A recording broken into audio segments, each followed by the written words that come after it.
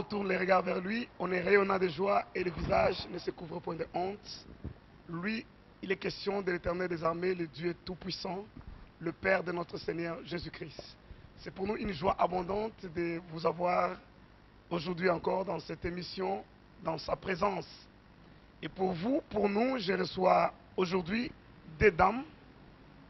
Elles sont toutes les deux ministres de l'Évangile.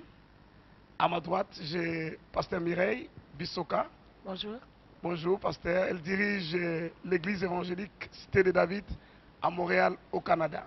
Comment vous allez, Pasteur Mireille? Ça va très bien, Pasteur, merci. Merci d'avoir répondu à notre invitation. Oh, je suis très honoré. Et nous sommes vraiment contents de vous avoir. Nous croyons que le peuple de Dieu sera abondamment béni. Amen. Et à ma gauche, j'ai Pasteur Didi Nyamoga. Elle est pasteur assistant à l'église de Mangembo, à Kinshasa, en République démocratique du Congo. Bonjour, Pasteur Didi.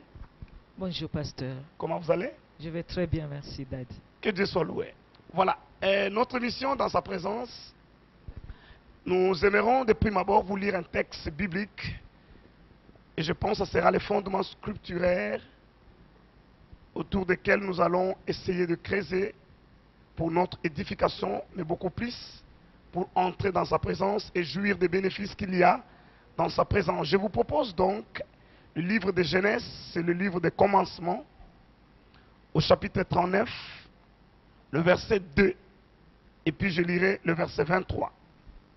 Genèse 39, le verset 2 dit: L'Éternel fit avec lui et la prospérité l'accompagna. Il habita dans la maison de son maître, l'Égyptien. Et le verset 23 dit: Le chef de la prison ne prenait aucune connaissance de ce que Joseph avait en main, parce que l'Éternel était avec lui, et l'Éternel donnait de la réussite à ce qu'il faisait. Chers téléspectateurs, voici les textes qui nous serviront de fondements scripturaires pour notre émission d'aujourd'hui.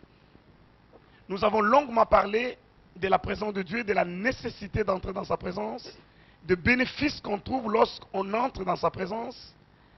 Aujourd'hui, nous allons tourner autour du fait que cette présence, nous ne la laissons pas lorsque la prière s'arrête, lorsque le culte se termine, lorsque nous arrêtons de louer. Par contre, la volonté de Dieu est qu'une fois que nous entrons dans sa présence, que nous puissions demeurer jusqu'à ce que cette présence nous impacte, que cette présence se colle à nous et qu'en sortant de la prière ou du culte, que cette présence nous accompagne où que nous allions. Et à mon humble avis, je crois que c'est là la dimension à laquelle Dieu attend chaque enfant de Dieu. Parce que les réalités de la vie ne se passent pas en prière, ni en retraite, ni dans l'église. Ce sont là des lieux de ressources. Nous venons pour nous ressourcer, pour nous ravitailler plutôt. Mais la vie véritable se passe tous les jours, dans nos lieux de travail, dans nos familles. Et c'est là, plus que jamais, que nous avons besoin de manifester cette présence. Je commence avec Pasteur Didi Nyamoga. Entrer dans sa présence est un fait, mais sortir avec cette présence et l'amener avec vous en est un autre. Oui, je crois que c'est la dimension la plus excellente à laquelle Dieu nous attend en tant que chrétiens, parce que nous ne pourrons pas passer toute notre vie à l'église, mais partout où nous allons, nous pouvons transporter la présence de Dieu.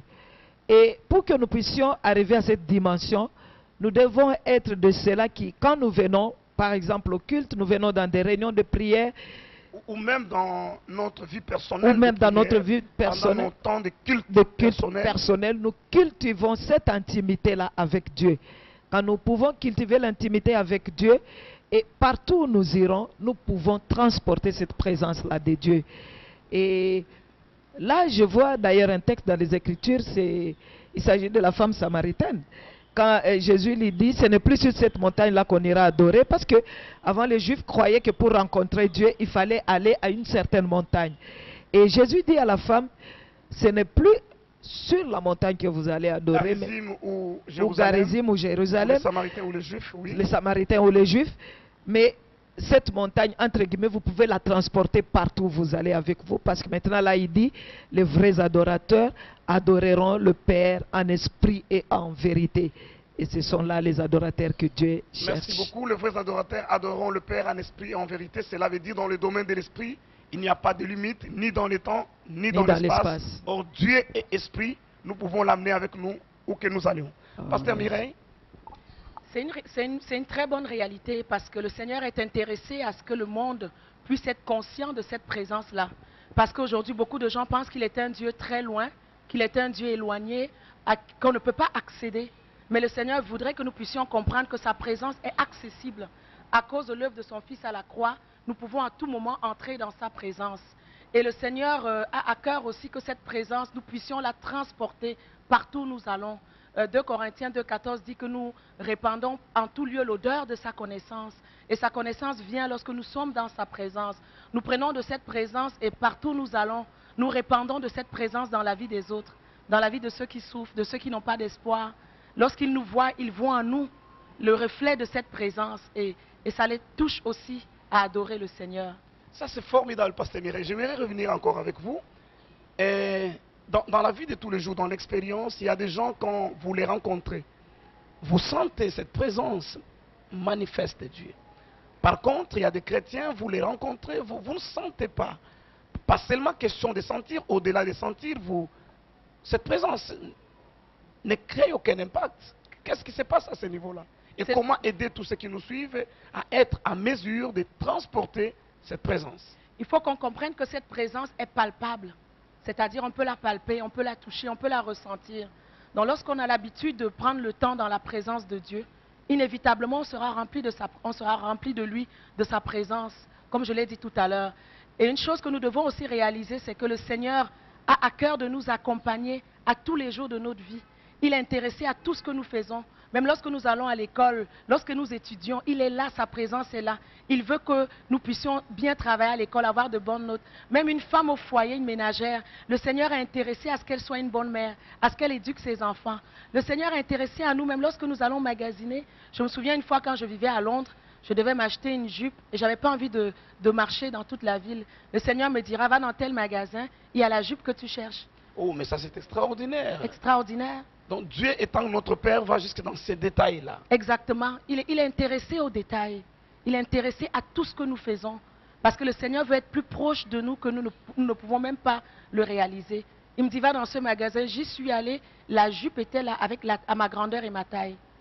Et c'est là où Dieu m'a donné la révélation de sa présence dans chaque détail de nos vies. Il est intéressé à être là avec nous. Mais le problème souvent, c'est que nous ne sommes pas conscients de cette présence. Souvenez-vous de Jacob lorsqu'il fuyait après avoir pris le droit d'aînesse de son frère. Il arrivait dans un lieu, il s'est couché et le Seigneur s'est révélé à lui. Et le Seigneur lui a dit qu'il irait partout avec lui. Et il était étonné, il a dit, donc sa présence était ici, je ne le savais même pas. Des fois, nous ne prenons pas conscience du fait que sa présence est là. Chers téléspectateurs, nous sommes là en train de puiser. Je prie dans tout ce que Pasteur